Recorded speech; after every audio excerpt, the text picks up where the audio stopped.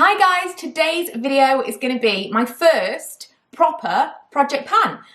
So I'm going to do a skincare one as well. I decided once I watched a ton of videos, people were saying that you should kind of focus on the areas of your collection where you feel that you have the most and that they're the kind of areas where you feel like you're not actually using things up very quickly. So, you know, like for example, lipsticks. I can't. There are some drawers in this makeup cabinet that are very much like, I need more. It's really hard to kind of break that that feeling of needing to keep everything. And my mentality has always been like, if I'm nearly finished with something, I need to move on to the next thing because I can't throw it away. I can't be done with something. And we're not even talking about limited edition stuff. I just need it. And part of that has always been just in case I need it for a video, because if I leave a small amount of something, then at least I can use it for a video if it comes up, or I can show what the product is, or I can swatch it or whatever. Whereas it might be different for other people. I mean, for years and years, I used to keep old products that have been discontinued in case I ever wanted to show it in a video to compare with something else. I never did. So eventually I did get rid of a lot of that stuff. And I'm hoping that this whole routine will work for me in that same way. So I did go through my skincare. There's going to be a video on that. I've just done my skincare for that video because skincare is a massive, massive thing for me. I flip between so many different products. So I'm hoping to do better in that too. But I have this box, which if you've ever watched my Shop My Stash videos, you'll be familiar with. This is my current makeup box. Now, usually there's more stuff in it. Usually I'll have like a few options, and I do have a few options in certain categories, but the majority of this is like, we're following the rules. We're gonna do, you have to use this foundation for 3 months. Ultimately, if I don't like it after 3 months and I haven't used it up, I can swap it out, or if I use it up within the 3 months, then I get to swap it out for something else or purchase a new one. That is the idea. Purchase a new one if I don't have one in my stash already. Right, so the foundation that I've picked, should we talk about primers first? Yeah, let's talk about primers first. I forget about them because I never use them, and that's part of the problem. I have loads. One of them, this was sent to me recently, is the Benefit Professional Hydrate Primer. Not a big fan of the regular Professional, but I quite liked this. My skin has been a little bit dehydrated recently, and I used this while I was away, and I really liked it. It was kind of like a hybrid moisturizer primer situation, and I didn't think that anything on top of it looked strange or like behaved differently because I was wearing this. The thing that I'm struggling with is this. This is the e.l.f. Poreless Putty Primer. I bought this. I really wanted this because I really wanted to review it for you guys. I purchased it from Superdrug along with a couple of other things just to kind of make it up for free delivery. Accidentally sent it to the wrong address. So there's that. And I'm just actually remembering the person that lives at my old address messaged me on Instagram, and she said that something had been sent there, but it was a totally random thing I'd never even heard of. And then I emailed her back, or messaged her back, and she never messaged me back. And I'm now realising they must have loads of my stuff. They must have loads of my stuff that I've accidentally sent there, which is probably why she didn't message me back. Anyway, so this, I ended up having to pay for it twice. This is how much I wanted it. And I just don't love it, but I'm going to try and make it work. So we're going to put this on first. I don't even know how much of this product I'm supposed to use. Maybe that was the problem. Maybe I used too much. Also, my skin is oily, and I'm not sure if the majority of people who love this are dry. It's supposed to be a dupe for that Tatcha one that's super expensive. When I was in Sephora last month, a couple of people said to me, I can't believe you didn't buy any Tatcha products. But after I use this, which this is supposed to be a dupe for that one particular Tatcha product that everybody loves, I was like, kind of put off a little bit because I did not enjoy this. But when it comes to pore products, I feel like those of us with very oily skin are the ones that want kind of pore refining, pore concealing products. And yet they always feel a little bit greasy, a little bit silicone-y, and not really what I want on my greasy skin. Oily skin, greasy skin. You know what I'm saying. So I don't know, but we're putting it on. Also, I'm using a beauty blender because laziness, I usually use some kind of brush. And I think with a primer, often that is the problem. If you use a brush, doesn't work very well because it kind of disturbs the primer underneath. So I'm going to use a beauty blender. I'm using the MUA Pro Base Longwear Matte Foundation. The colour is 110. I discovered this last year and really enjoyed it. But then I was trying something recently that I used to really, really like, and it are not doing it for me at all. So I'm thinking like my winter skin has become considerably more dry. Just giving you a quick half and half. The coverage is insane. Would you agree? Insane. And then once it's actually all on, I'm going to bring you in closer so you can actually see the texture of my skin. Okay, hopefully you can see that. The light is pretty bright, but I actually am pretty impressed with the primer underneath this, because under normal circumstances, most things do kind of settle here, especially recently. I could be proven wrong about this. The concealer that I have is the Flex Concealer from Milk. I think this is going to be dark, to be honest. The colour I've got is cream, and it's a very yellowy shade. I want to say I think I got a shade too dark. I don't think that I did get a shade too dark, truthfully. I think that I was swatching in the store and I thought I don't want to get something that only works for under my eyes, because if I don't like it, because I'm really picky about stuff under my eyes, then I want to be able to use it elsewhere. And so a slightly more yellowy concealer will work. Plus, I'm very pale right now because it's winter, and although I don't intend to tan, this is the year. 2020 is the year that I officially give up sunbathing. If you see anything about me sunbathing online, slap my wrists, or at the very least ask me if I'm wearing SPF 50. I'll sit in the sun, you know, sit in a beer garden or whatever, providing I'm wearing SPF 50. Because I am someone who suffers from pigmentation. I get more and more moles on my body every year. I need to give it a rest. So enough of that. But I may be, you know, just generally a little bit darker, or I may fake tan, because there are going to be quite a few fake tan reviews for you this year. So I think part of it was kind of thought out, but it's definitely slightly on the dark side. I don't think it looks bad actually once it's blended out. I do also feel like it's a little bit heavy for my tastes. Ooh, it's gone a bit funny there. It's like kind of caked together. Hard to know whether or not that is the fault of the foundation. The concealer, oh no. You see here? This is why I don't use a lot of stuff underneath my foundation usually. Not ideal. Okay, I fixed it with a little bit more foundation, but still not ideal. And I do think that that was the primer. Also, I don't know if it's the light, but do you think that I've got way more foundation on this side than this side? Okay, what else have I got in here? Right, I've got Bare Minerals Mineral Veil. And this is, I'm looking to see whether or not this is an HD powder, because I recently learned, I'm going to Google it, that HD powders, when you put them on, create kind of a barrier between your skin and whatever you try to put on top of it. And so if you put on an HD powder all over your face, like at this point, if I now baked or set with an HD powder and then I went on to try and do like bronzer or blush or highlight or whatever, it just wouldn't stick. Right, Bare Minerals Mineral Veil. Okay, there's a difference between a setting powder and a finishing powder.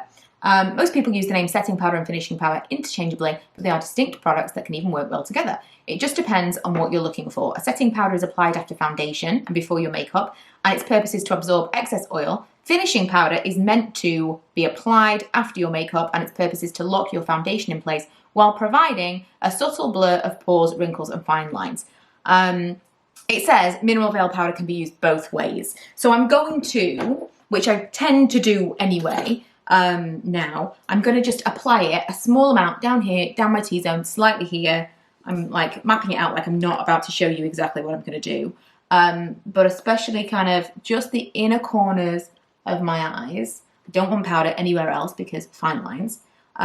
Also, I have found that the more powder that I use, you know, if I was to bake, 100% no, I will get major breakouts. So that's not smart. So I do kind of dust it on possibly more than I should, but I try not to go, because there was a time over Christmas when I was like, oh, this is really cool. So I was using like this kind of powder and just loads of it there, loads of it down the centre. And then after I was finished with everything else, I kind of dusted it away and used a spritz, and it looked amazing. But I was breaking out crazy, like crazy. So I try now to, I don't know, airbrush it in.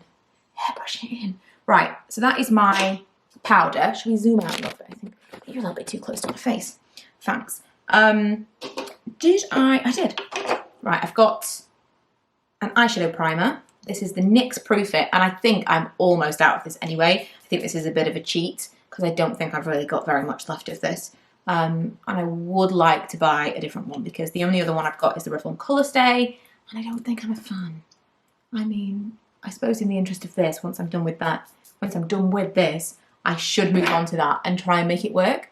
And maybe, like a weekend, having had to use it every day, maybe I'll love it. That's the point, isn't it? What else have I got? I've picked myself out a nice selection of things. Right, this I've barely used. I bought this in September for Budget Beauty Month, and I have barely used it. It's the new classics from e.l.f. I bought this because Jessica Braun, Jam Beauty 89, said it was great, and I've barely used it.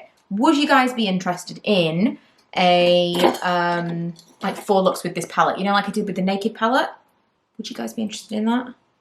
I don't even know where to begin. Right, I'm going to do something green. Just putting it out there, we're going to go green. But yeah, is this something that you would like to see more looks with? Because I think that would probably be great for me. Also, when I'm doing this whole thing, when I'm doing the Project Pan, am I allowed to test other products like for a video? Like if I was going to do, let's say, wear and compare of some lip products, or can I do like a day test of a foundation or 4 looks with a palette that is not in my current makeup stuff? As long as I did it like on one day just for the video. I don't know what the rules are. I guess I can make my own rules, but I don't know. I don't know. So I've got 2 liners. I've got 2 liquid liners. One is the NYX Liquid Black Liner, which I used to be a really big fan of. It's very flexible brush, so you have to kind of have a steady hand. And I picked this out again recently. I'm quite enjoyed using it, but it is like, it's one of those, you might end up with very heavy eyeliner, like little bit more. And then I've got the Kat Von D Tattoo Liner in Trooper, and I used to really like this as well. And this is a mini size, and I have opened it. And the problem with these, because it's one of those pens, is they tend to dry out. So I've got both of these in rotation because I feel like this is quite old now. And this I think I should be using up because it's going to dry out before I've even used it. But I'm going to put this away because I think that's going to be something that I can use when I'm not even doing eyeshadow or like for work really quick. Whereas this is something that requires a little bit more patience. So I'm going to use this one today.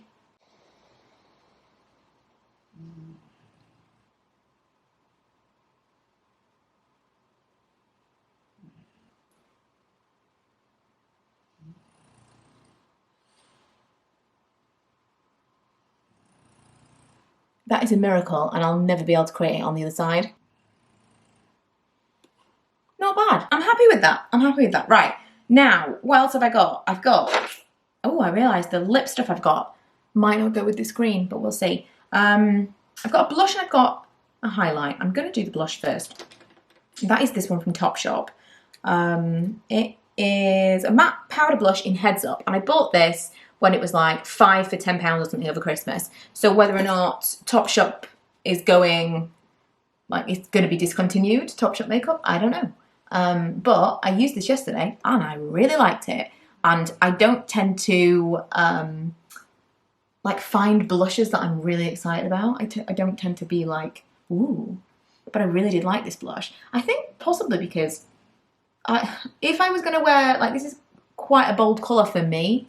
This is quite a lot of blush for me. And so I kind of struggle with blending it. I struggle with placement. And so I have a lot of blushes, but I don't use a lot of blushes. But I really liked this colour. I thought it was quite easy to work with. On camera, this looks like I've got a big splodge there. In the mirror, it doesn't look like that at all.